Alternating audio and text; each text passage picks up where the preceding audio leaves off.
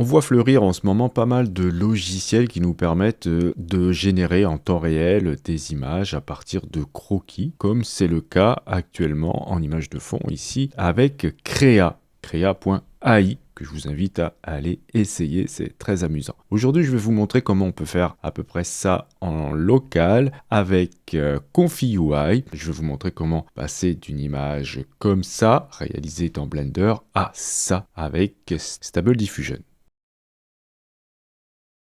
Avec Stable Diffusion installé localement, on va avoir beaucoup plus de réglages disponibles et on aura à notre disposition les modèles que nous avons téléchargés et les modèles qu'on aura pu aussi entraîner, etc. Bref, on aura beaucoup plus de possibilités. Et là, je suis dans ConfiUI. Je vais utiliser la même configuration que je vous avais montré dans cette vidéo, celle qui me permettait de faire en temps réel des générations d'images à partir de ma caméra.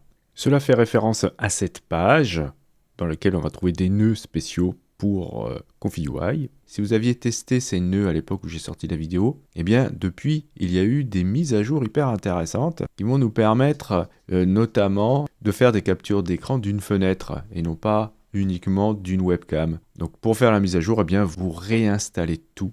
Ou alors peut-être qu'on peut le faire aussi depuis ConfiUI Manager. Une fois que vous avez installé les nœuds, dans Custom Nodes, vous allez vous retrouver avec un dossier qui s'appelle ConfiUI XYZ Test Nodes, et dedans vous avez un sous-dossier Capture Cam, et là vous avez run.bat. Quand vous lancez ça, vous avez cette petite fenêtre qui va s'ouvrir dans laquelle vous allez pouvoir dire que c'est la webcam que vous souhaitez utiliser pour générer les références, ou alors c'est une fenêtre. Donc moi ici je vais indiquer que c'est région capture, et je vais cliquer sur Add Region Window. Et j'ai maintenant ce truc-là que je vais pouvoir déplacer où je veux afin d'aller créer des images qui seront placées dans le dossier que vous allez indiquer ici. Donc je vais cliquer sur Browse. Et là, vous voyez que le dossier par défaut, c'est dans ConfiUI, Custom Nodes, etc., etc. Je vais le choisir et je vais indiquer ici que voilà, l'image capturée s'appelle capture.jpeg. C'est hyper important car on va en avoir besoin pour le nœud qui sera ajouté dans ConfiUI. Quand vous avez fait ça, vous cliquez sur Start. Bien sûr, vous avez pris soin de, après avoir installé vos nœuds, de redémarrer ConfiUI. Donc j'ai cette petite fenêtre et maintenant je vais pouvoir la placer où je veux. Et du coup, grâce à la configuration que vous avez ici, que vous allez pouvoir donc glisser dans ConfiUI, eh bien vous allez pouvoir ajouter des petites choses intéressantes pour faire en sorte que ce que vous avez dans cette petite fenêtre de capture soit contrôlé. Par exemple, c'est mon cas ici, j'ai ajouté un contrôle net ici de type TI Adapter. C'est un sketch avec comme préprocesseur un HD Lines. Alors, toutes ces choses-là, évidemment, je ne vais pas redire à chaque fois comment ça fonctionne, hein, ça serait beaucoup trop long de repartir à zéro à chaque fois, mais j'avais fait des vidéos sur ma chaîne, vous tapez TI Adapter et vous allez voir une vidéo sur le sujet qui n'est pas forcément dans ConfiUI, hein. D'ailleurs elle était plutôt dans Automatic 1111, mais j'explique pourquoi on va utiliser ce préprocesseur avec ce contrôle net par exemple. Donc là, si j'utilise cette petite fenêtre sur le site que je vous ai montré tout à l'heure, eh bien ça me donne ça comme preview d'image et ça comme génération. Et là, je ne suis pas vraiment pressé, je veux dire, j'ai pas franchement envie d'avoir un résultat en live. Ici, j'utilise un modèle qui n'est pas particulièrement rapide, mais qui donne de très bons résultats. Et franchement, donc, même si c'est pas du temps réel, ça donne des images assez intéressantes. Alors du coup, on va aussi pouvoir travailler dans Photoshop. Donc, vous avez votre petite fenêtre ici de Photoshop. Et vous avez ici votre capture, que vous avez placée bien sûr au-dessus de votre fenêtre Photoshop, mais ça peut être n'importe quel autre logiciel, bien sûr, c'est pas forcément Photoshop. Là, à partir du moment où vous avez cliqué sur Start, eh bien, vous avez cette image-là qui est sauvegardée régulièrement dans le dossier indiqué. Alors, il faut bien faire attention dans le nœud que vous allez voir ici, pour Load Webcam Image, que c'est le bon dossier pour l'image qui est générée par la capture. Donc là, moi, si je veux travailler en même temps que je fais ma capture, eh bien, soit je divise mon écran en deux, soit alors j'utilise deux écrans, et c'est mon cas, donc ça sera plus simple. Donc je vais déplacer ça dans Photoshop, et je vais vous montrer le dossier qui est là, vous voyez. J'ai la capture qui se fait en temps réel, voilà, toutes les je sais pas combien de secondes, j'ai une capture voilà, qui se crée de ce qu'il y a dans mon Photoshop. Donc c'est hyper simple du coup dans Photoshop de dessiner des trucs. Vous allez voir, voilà, si je prends l'outil pinceau, donc vous me voyez pas faire en temps réel, mais voilà, si je dessine un trait au-dessus du petit bonhomme, voilà, vous le voyez apparaître. Je ne l'ai pas fait au bon endroit, bon, c'est pas grave. Le principe est là, c'est-à-dire que voilà, tout ce que je vais dessiner ici, voilà, ça apparaît dans la capture.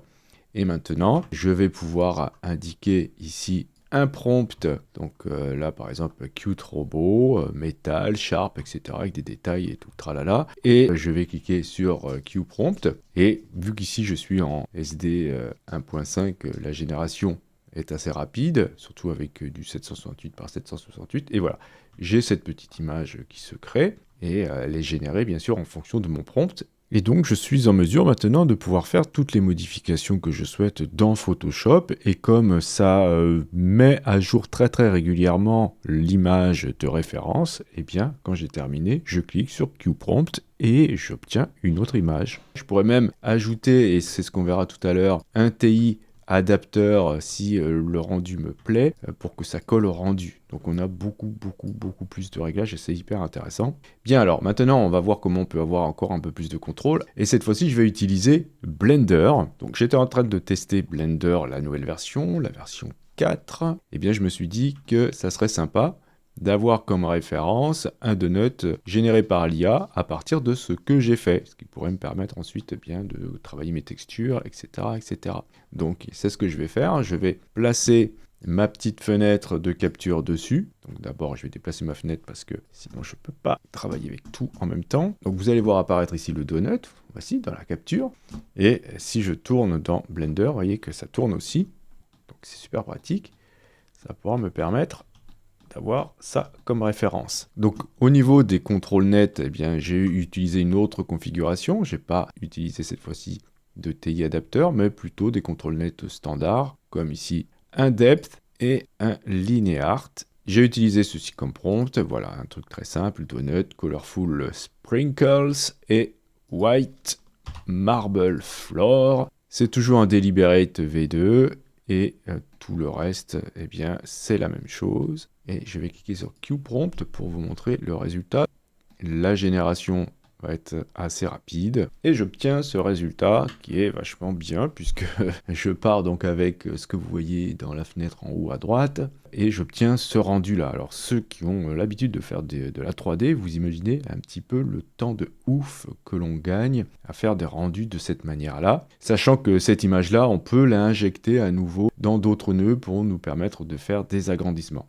Alors le seul problème actuellement, c'est que pour l'instant, si je change de vue, donc par exemple je vais tourner un petit peu ma vue comme cela, je vais me mettre même en vue de top, qu'on puisse bien voir, et bien lorsque je vais cliquer à nouveau sur QPrompt pour faire une nouvelle génération, il y a de très fortes chances que le donut soit tout à fait différent, car il est à nouveau régénéré entièrement, même si j'ai ici le seed qui est fixe. Voilà, donc vous voyez, c'est pas tout à fait le même que tout à l'heure. Mais ce qui est cool, c'est que ça reprend parfaitement donc toute la modélisation du donut, et c'est extrêmement fidèle, et c'est vachement intéressant de pouvoir faire ça. Alors, je vais vous montrer après cette génération que, bien sûr, avec les TI adapteurs, on a la possibilité d'avoir une image de référence qui pourrait nous servir ensuite pour les images vues sous un autre angle. Par exemple, cette image-là, je vais la mettre dans un TI adapteur. Donc, j'ai déjà préparé les nœuds. Donc là, c'est pareil, hein, il faut savoir s'en servir. Donc ici, je vais aller injecter une image de référence. Donc, par exemple, la dernière que je viens de faire. Je mets le poids à 1 et ici, je vais régénérer une image. Vous allez voir que le résultat va changer. Ce ne sera pas encore le même. Donc c'est un petit peu différent. Ce qui va être intéressant maintenant, c'est que lorsque je vais changer de vue, ou en tout cas faire tourner mon modèle, eh bien j'aurai un rendu qui sera un peu proche de celui-ci. Alors je dis un peu car il y a toujours une petite différence. Et ceci, c'est grâce au IP adapteur. Donc après, évidemment, on peut s'amuser à faire des tas d'autres trucs en partant de ce principe.